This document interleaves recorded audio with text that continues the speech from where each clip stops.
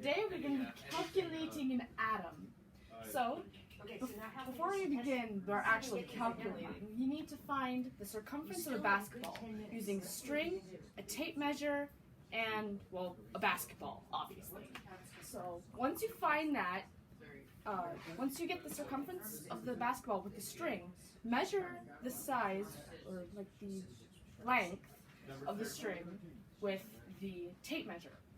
Once you find out, use centimeters. So what we got is 70. Divide 70 by 2 pi, and you get 11.14 centimeters. And that is your radius. And also represents the radius of the nucleus.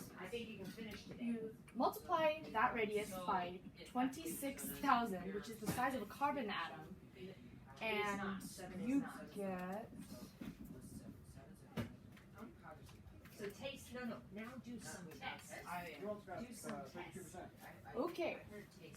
No, do not taste it. 89,640 centimeters. That's a lot. Now that's the radius of an atom.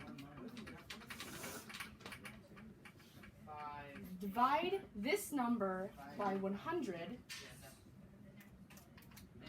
to get your radius of atom in meters, and that will be 2,896.4. You take the same number and divide that by 1,000 to get the radius of the atom in kilometers, which is 2.8964. Now you take this number right here and you find the 3 significant digits.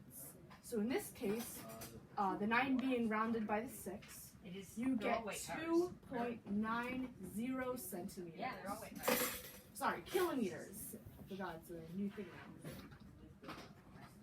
And what is the total atom? If it doesn't make sense, it's because the atom itself is mostly empty space.